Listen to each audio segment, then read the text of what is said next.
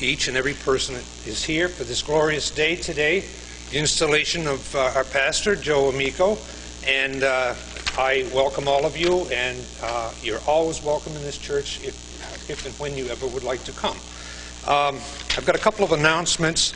Well, first of all, I've got a letter that I will read, and this is from the First Congregational Church of Westminster. Dear Joe, our annual meeting is January 22nd in Westminster. That's today. We are sorry we won't be there to celebrate with you. We send our congratulations and blessing. Peace, Sammy McRae.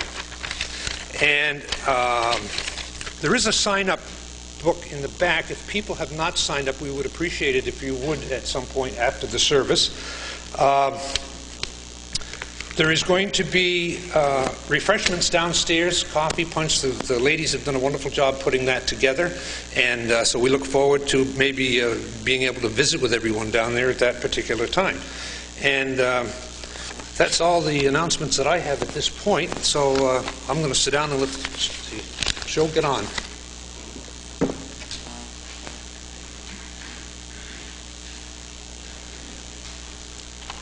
May we join together in the call to worship. This is a special day for our church. Yes, a very special day. We have gathered to worship God in the midst of our worship to install Joe Amico as our pastor. Yes, let us proceed to the glory of God. May our songs and our praises and our words around installation help the Spirit of God to be heard in this place.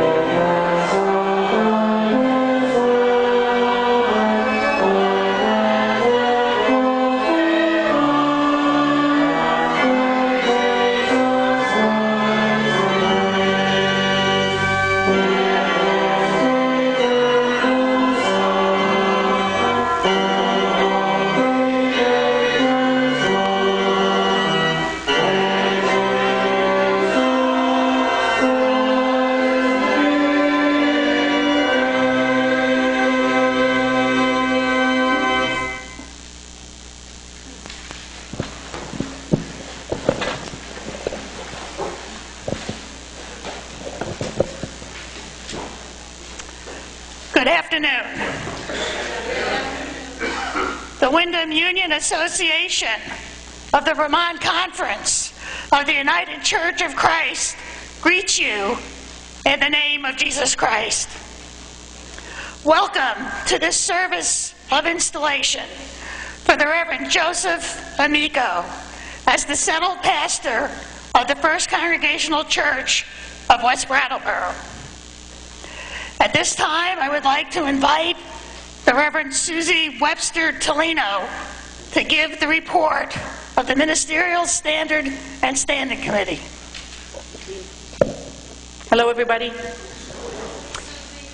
Thank you, Kara.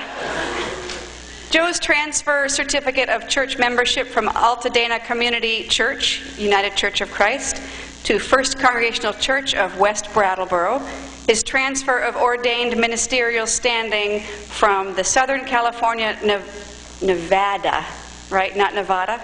Nevada Conference, and his terms of call have been reviewed and meet the Vermont Conference guidelines. All of Joe's credentials are in order, and I heartily recommend that we proceed with this installation because we could not be happier to have him here. So, Gail, where's Gail? There's Gail. All right. I don't know if you're going up to the stand or if you want this. Okay.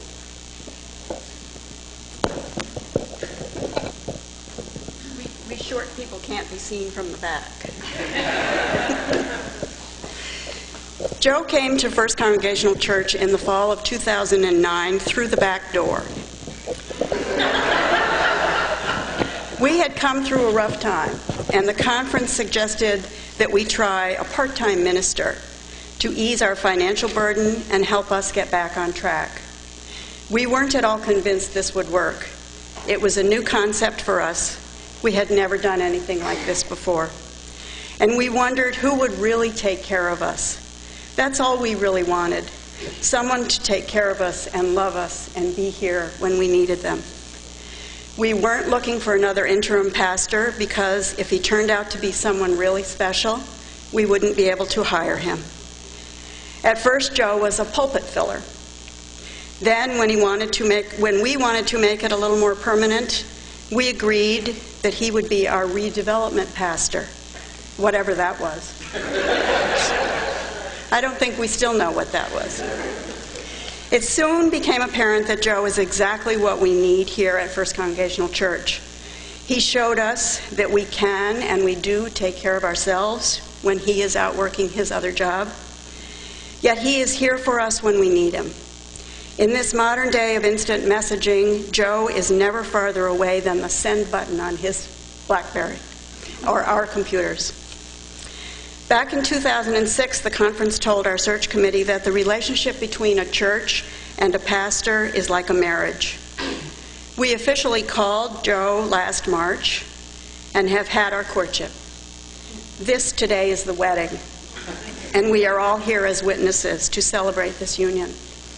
Amico means friend in Italian. Joseph Michael Amico, amico mio.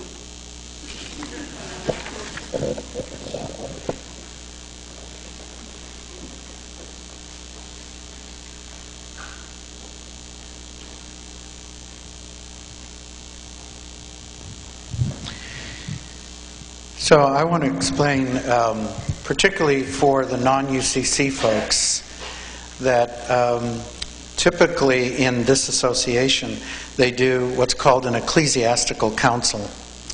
And this congregation and I asked if we could incorporate it into the service rather than doing it separate. So for those of you who aren't UCC, what that means is I need to introduce myself to you, to tell you a little of my faith history of who I am, so that technically you can vote on me when this is done. Yes. So I do want to share with you somewhat of my faith history. When I was in high school, folks asked me in the town that I lived in how I got to be Methodist. And my response was, if you cross the Pope with the Archbishop of Canterbury, you come up with John Wesley. I knew there'd be a few theologians who'd get that. My parents were married in 1933. And at that time, they went to Dad's priest. And the priest, of course, in those days, insisted that Mom convert to Catholicism. My dad thought that was ridiculous. And so they got married in her Episcopal church. After which the priest came to the house and told my dad that their marriage would not last and that they would not be together in heaven. My dad threw the priest out of the house. And unfortunately, never went back to church in any active way. I must say, one of the reasons the brass was so important to me this morning is that my dad was a trumpet player. And he did go to church when they paid him.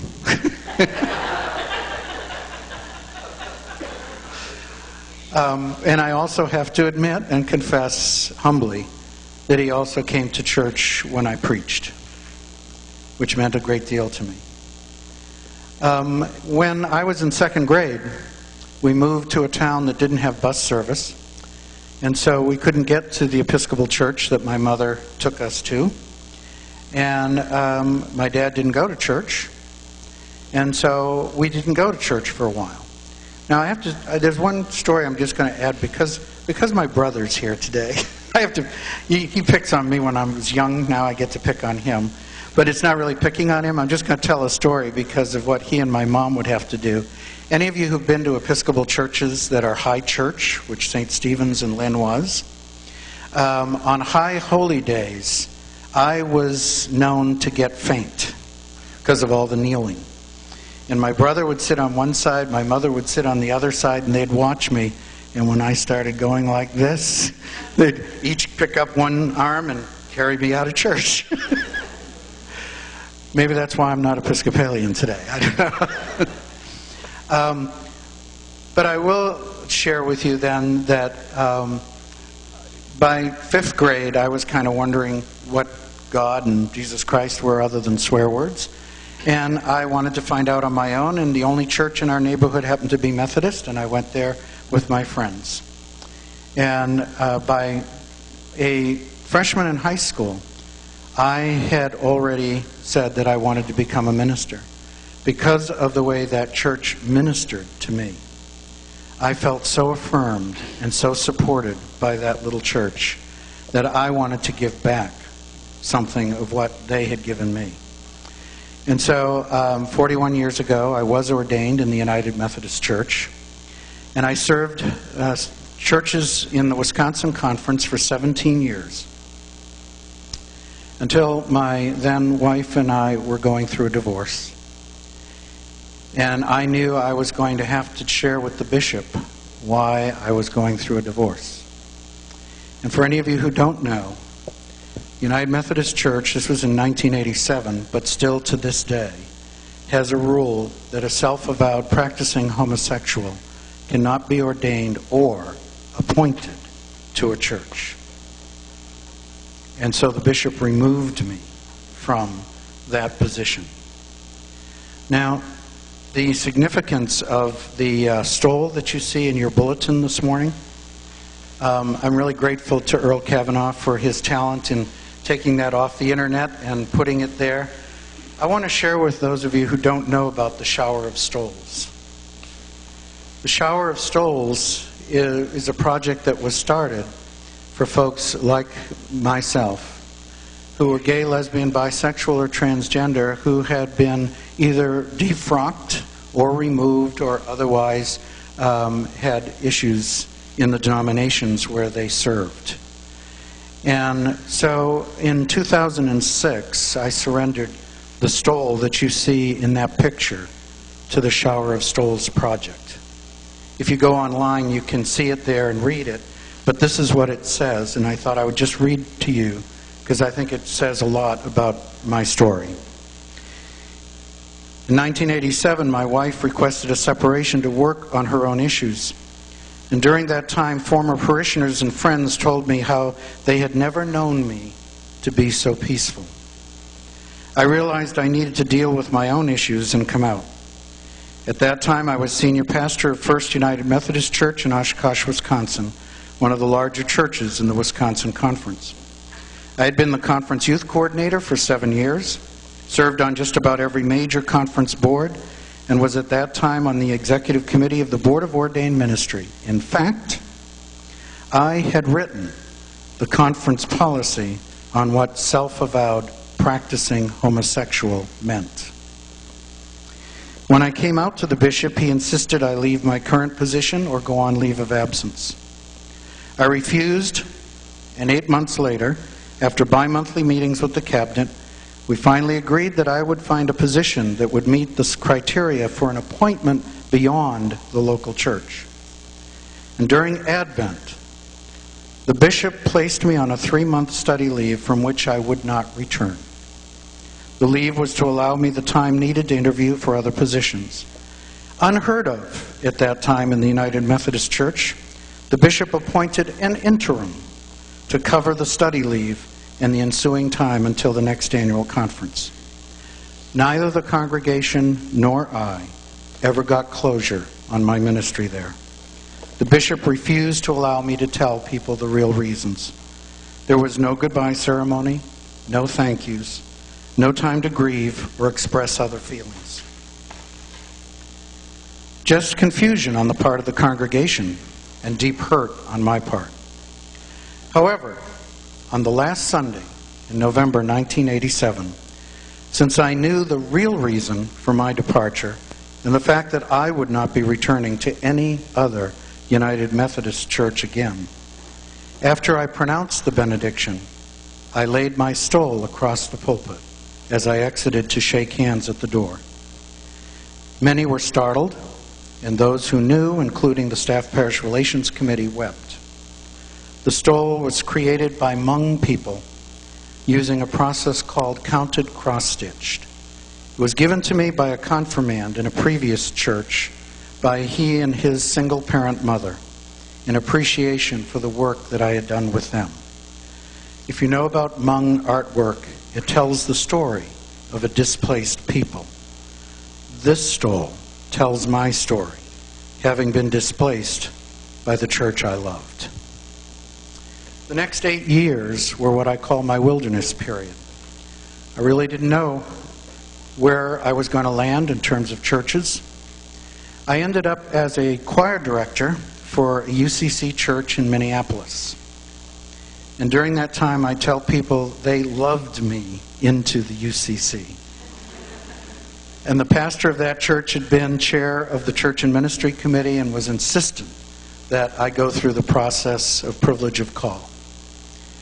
I did go through the process of privilege of call, in which, again, those of you who aren't UCC don't know that you can't really get standing in this denomination until you get a call.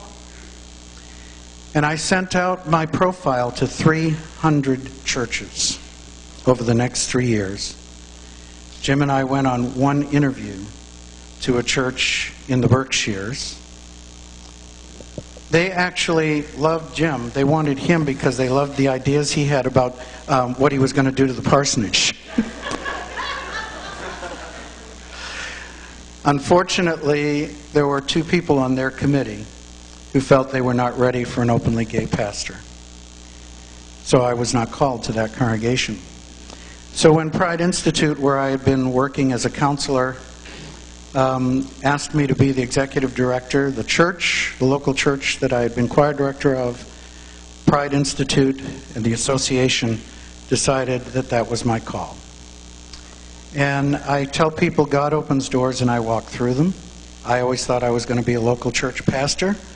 And for the last, 20 years, it's been an amazing journey for me. I never thought that I would do some of the things that I've been doing in the addictions field. And then I came here. When I came here, one of the things I had done when I was in Arizona, I had a private practice, but the conference minister there put me to work. Any of you who know Callie Rogers-Whitty, Callie was our conference minister at the time, and she asked me to apply for a position on the conference staff. And I said to Jim, we need to talk about this before I go to the interview. because I know Callie, and what Callie wants, Callie gets. And there's no sense in my going to this interview unless we all are agreed that I would do this. And I did go on conference staff for the Southwest Conference of the United Church of Christ.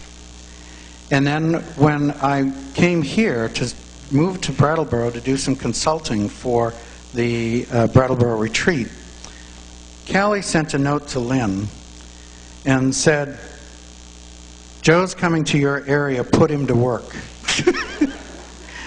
And I thank you and Pam for arranging my time with this congregation. As Gail already said to you, I came here to be pulpit supply, but we fell in love. And it really has been a love affair. I love being with the folks here at First Church. And so the last thing I'm going to share is that you'll notice when we get done with this section of the service, there's a hymn UCC folks may not know. It's a Charles Wesley hymn. It's a charge to keep. In the United Methodist system, of which I was a part for 25 years as a pastor, as you may know, the bishop appoints people. He reads the appointments at the annual conference. And after he gets done reading them, the clergy stand and sing, "A charge to keep I have." And this is now my charge, and I am grateful. And that's the connection for today. Thank you.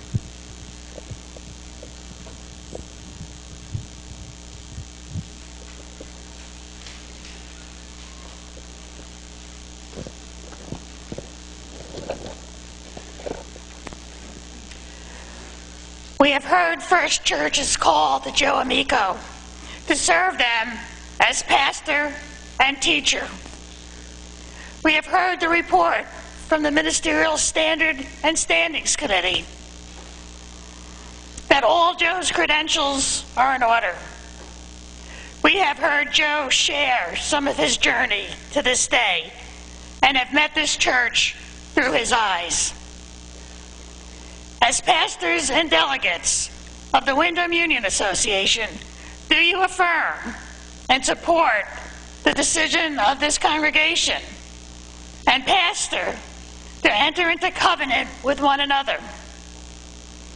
And are you willing to enter into your part of this covenant by sharing in a service of installation and celebration to begin immediately? If so, please have a resounding amen. I'm Barb Sundag. I am the town manager in Brattleboro. And I was so happy when I was asked to come today and welcome Reverend Joe Amico to Brattleboro. There were a couple basic reasons. One is because I don't believe the town has any land disputes with this congregation. And two, because I feel I have a kinship with Joe. He probably doesn't even know this, but I, too, worked in my position as town manager for almost 2 years before I got the official call. But to be honest, I was also a bit surprised. Why would a town manager be asked to the installation of a minister whose church she doesn't even attend? Well, challenges are faced by the town that are also faced by our religious communities. Issues of homelessness, racism, addiction, mental illness, and poverty touch us all and require us all to take action. The work that happens in our churches led by our ministers makes us a stronger and better community. Events of the past year have moved people in town. We've gathered for vigils, we've gotten our hands dirty cleaning up, and we've held hands after tragedies. And always present are clergy from our local churches, organizing, participating, and leading. The work they do and the assistance they provide is vital both to our community and to our sense of community. It is my honor to formally welcome Reverend Joe Amico to this community, and it is our community's fortune to have Joe, with all his skills, knowledge, and compassion, here working with us. It has been and will continue to be my privilege to work with Reverend Joe and the Brattleboro Area Interfaith Clergy Association in their work to make this community stronger, healthier, and more inclusive. Welcome.